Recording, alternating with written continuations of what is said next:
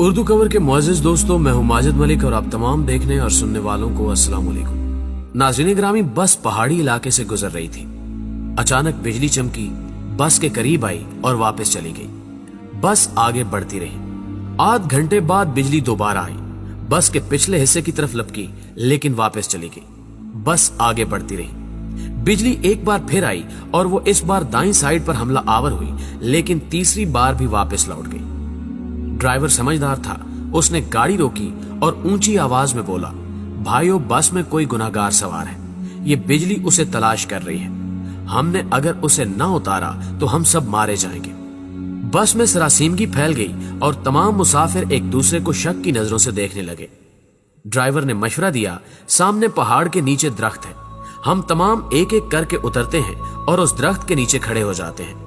हम में से जो गुनाहगार होगा, बिजली उस पर गिर जाएगी और बाकी लोग बच जाएंगे। ये तजवीज काबिल अमल थी। तमाम मुसाफिरों ने इत्तेफाक किया। ड्राइवर सबसे पहले उतरा और दौड़कर दरख्त के नीचे खड़ा हो गया। बिजली आसमान पर चमकती रही, लेकिन वो ड्राइवर की तरफ नहीं आई। वो बस में वापस चला गया। दूसरा मुसाफिर उतरा और दरख्त के नीचे खड़ा हो गया। बिजली ने उसकी तरफ भी तवज्जो नहीं दी। तीसरा मुसाफिर भी साफ बच गया। यूं मुसाफिर आते रहे, दरख्त के नीचे खड़े होते रहे और वापस जाते रहे, यहां तक कि सिर्फ एक मुसाफिर बच गया। ये गंदा मजहूल सा मुसाफिर था। कंडक्टर ने उसे तरस खाकर बस में सवार कर लिया था। मुसाफिरों ने उसे बुरा भला कहना शुरू कर दिया। लोगों का कहना था कि हम तुम्हारी वजह से मौत के मुंह पर बैठे हैं, तुम फौरन बस से उतर जाओ। वो उससे उन गुनाहों की तफसील भी पूछ रहे थे जिनकी वजह से एक अजियतनाक मौत उसकी मुंतजिर थी। वो मुसाफिर उतरने के लिए तैयार नहीं था, लेकिन लोग उसे हर कीमत पर बस से उतारना चाहते थे। मुसाफिरों ने पहले उसे बुरा भला कहकर उतरने का हुक्म दिया, फिर उसे प्यार से समझाया और आखिर में घसीट कर उतारने लगे। वो कभी किसी सीट की पुष्ट पकड़ लेता था, कभी किसी राड के साथ लिपट जाता और कभी दरवाजे को जप्फा मार लेता, लेकिन लोग बाज ना आए। उन्होंने उसे जबरदस्ती घसीट कर उतार दिया। ड्राइवर ने बस चला दी। बस जो ही गुनाहगार से चंद मीटर आगे गई, धाड़ की आवाज आई, बिजली बस पर गिरी और तमाम मुसाफिर चंद लम्हों में जलकर भस्म हो गए। वो गुनहगार मुसाफिर 2 घंटों से मुसाफिरों की जान बचा रहा था। नाज़रीन ग्रामी, मुझे किसी साहब ने एक दिलचस्प वाकया सुनाया।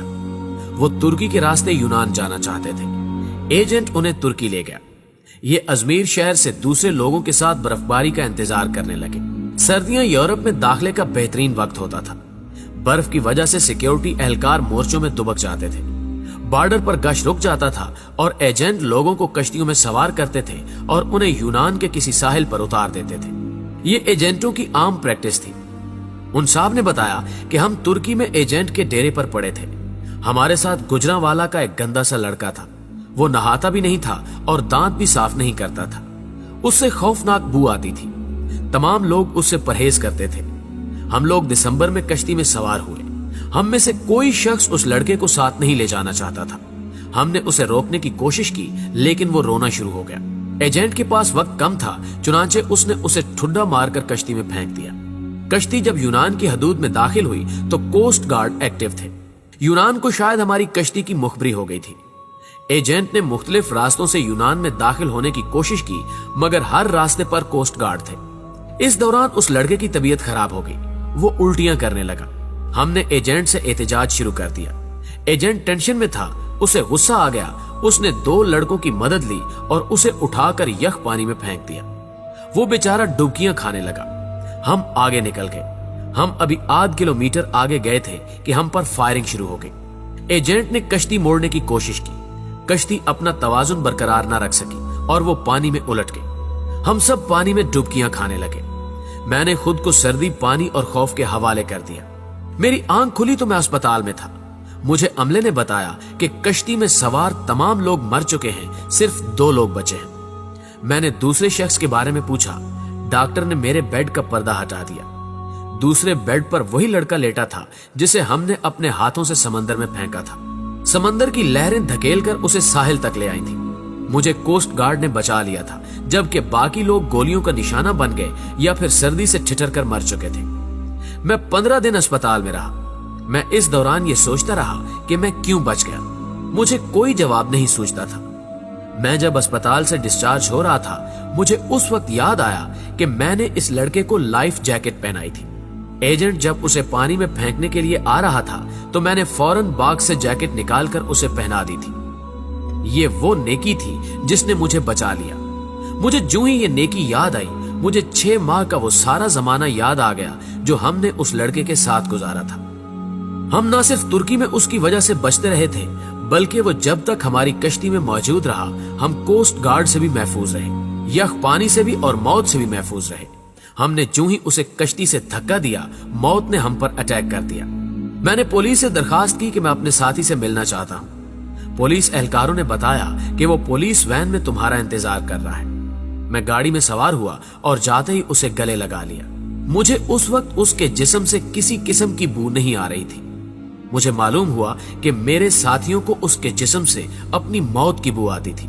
ये उन लोगों की मौत थी जो उन्हें उससे अलग करना चाहती थी, और जो ही अलग हुए सब के सब मौत की आगोश में चले गए। नाज़रीन ग्रामी, मेरे एक बुजुर्ग दोस्त जवानी में अरबपति थे, लेकिन उनकी जिंदगी का आखिरी हिस्सा उसरत में गुजरा। मुझे उन्होंने एक दिन अपनी कहानी सुनाई। उन्होंने बताया कि मेरे वालिद मिल में काम करते थे, गुजारा मुश्किल से होता था। उनका एक कजन माजूर था।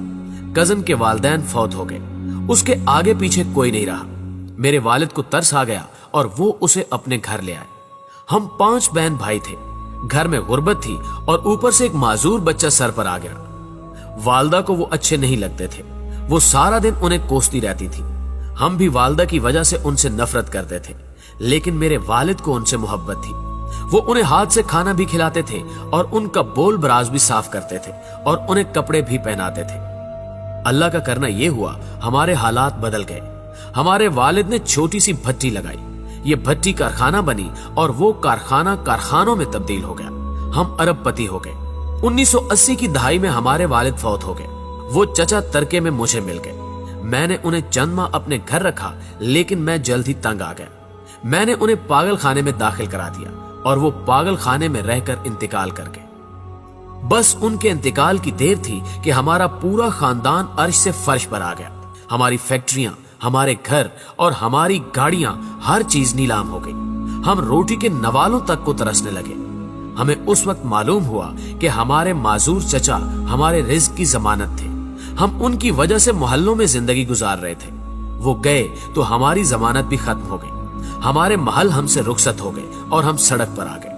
प्यारे दोस्तों, ये तीनों वाकयात आपके लिए हैं। हम नहीं जानते कि हम किन लोगों की वजह से जिंदा हैं, हम किन की वजह से कामयाब हैं और हम किन की बदौलत मोहल्लों में जिंदगी गुजार रहे हैं। हम ये भी नहीं जानते कि हम किसको बस से उतारेंगे, हम किसको कश्ती से बाहर फेंकेंगे और हम किसके खाने की प्लेट उठाएंगे, और वो शख्स हमारा रिस्क, हमारी कामयाबी और हमारी जिंदगी साथ ले जाएगा। हम हरगिज नहीं जानते, लिहाजा हम जब तक उस शख्स को पहचान नहीं लेते, हमें उस वक्त तक किसी को बस, कश्ती और घर से निकालने का रिस्क नहीं लेना चाहिए, क्योंकि हो सकता है हमारे पास जो कुछ हो वो सब कुछ उस शख्स का हो, और अगर वो चला गया तो सब कुछ चला जाए, हम न रहे, मट्टी का ढेर बन जाए।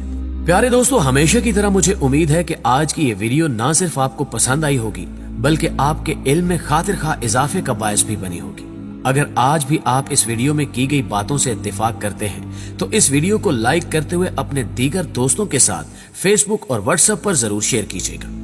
न्यूज चैनल पर नए आने वाले दोस्तों से गुजारिश है, अगर उन्होंने अभी तक हमारा चैनल सब्सक्राइब नहीं किया तो इसको सब्सक्राइब करते हुए साथ मौजूद घंटी के बटन को भी दबा दें, ताकि हर नई आने वाली वीडियो की नोटिफिकेशन आप तक बाकायदगी के साथ पहुंचती रहे। दोस्तों, आज की वीडियो में बस इतना ही।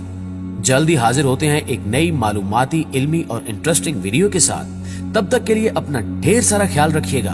अल्लाह हाफिज।